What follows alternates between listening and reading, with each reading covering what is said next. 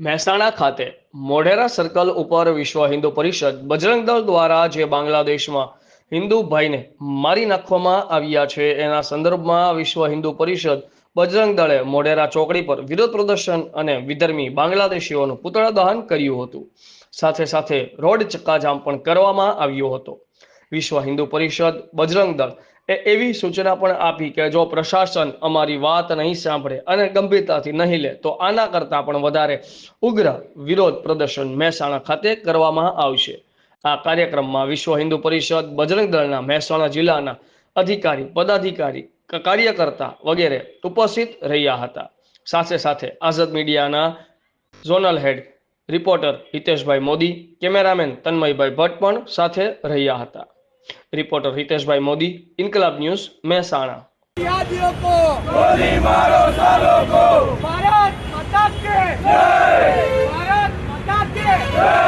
हिंदुस्तान जिंदाबाद, हिंदुस्तान जिंदाबाद।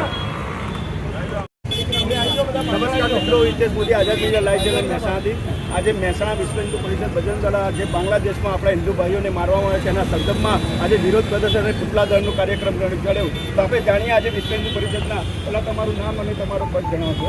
જય શ્રી રામ. હું જ્યોત પટેલ, મહેસાણા જિલ્લા બજરંગ દળ સંયોજક.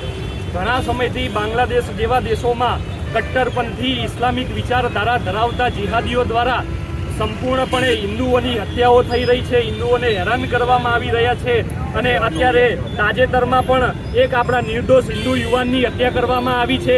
એનું કારણ ફક્ત એક જ હતું કે ફક્ત એ ભાઈ એવું બોલ્યા કે ભગવાન સર્વ એક સમાન છે.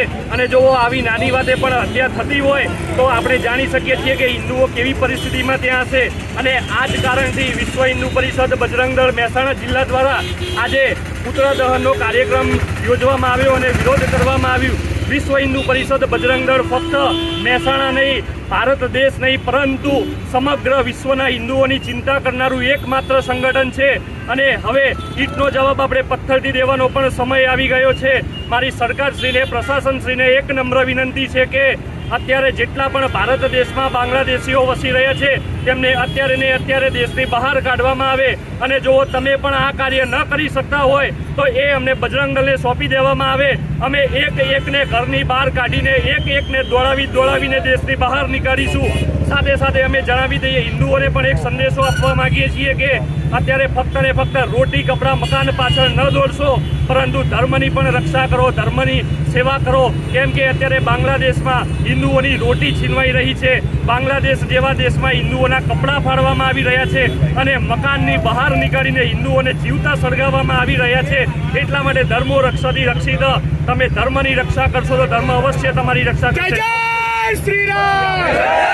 પછી આપણી સમક્ષ એવા મહેન્દ્રભાઈ પટેલ પણ ઉપસ્થિત. મહેન્દ્રભાઈ, તમે આના વિશે શું જણાવશો?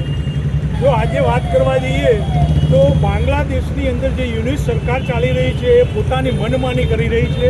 આગામી સમયમાં પણ આપણા ત્યાં આગળ જે ધર્મ ટેમ્પલો હતા એના ઉપર પણ આ લોકોએ પ્રત્યાઘાત કરેલા, એનો પણ આપણે પ્રતિસાદ આપવા માટે ખૂબ પ્રયત્ન કર્યો. પરંતુ હવે સમય જેમ કહી શકાય ને કે પાણી એક લેવલથી ઉપર જઈ રહ્યું છે, તો વિશ્વ હિન્દુ પરિષદ બજરંગ દળ આખા ભારતની અંદર આવા કાર્યક્રમો આપી રહ્યું છે. અને જે વાત કરીએ દીપુદાસની, તો દીપુદાસનો કંઈ મોટો વાંક ગુનો ન કહી શકાય, પરંતુ એમને ખાલી એક જ વાત કરી કે સર્વ બધાના જે ભગવાન એક સમાન છે. તો જો આવા ઇસ્લામિક કટ્ટરપંથીઓ જે જેહાદીઓ કહી શકાય કે જે ચરમસીમા એ લોકો તોડી રહ્યા છે અને એક હદથી પણ આ લોકોએ જીવતા સળગાવવાનો જે પ્રયત્ન કરે, એ લોકોની માનસિકતા કેટલી ભયંકર કહી શકાય. એ જ માનસિકતા ભારત દેશની અંદર જો ના આવે, એના માટે પણ અહીંયા જે પણ સરકારશ્રીને પણ અમે રજૂઆત કરવા માગીએ છીએ. જેટલા પણ બાંગ્લાદેશીઓ અહીંયા વસી રહ્યા છે એ બાંગ્લાદેશીઓને ઝડપીમાં ઝડપી અહીંથી બહાર કરવામાં આવે. અને જે લોકો પણ અહીંયા કાયદેસર વિઝા મેળવીને આવ્યા છે, તો જો એ લોકોની પણ આવી જો ઇસ્લામિક કટ્ટરપંથી એમની પોતાનો સ્વભાવ બની રહ્યો, અહીંયા આજે જોઈએ તો ડૉક્ટરો પણ આજે એક આ લેવલે જઈ રહ્યા છે.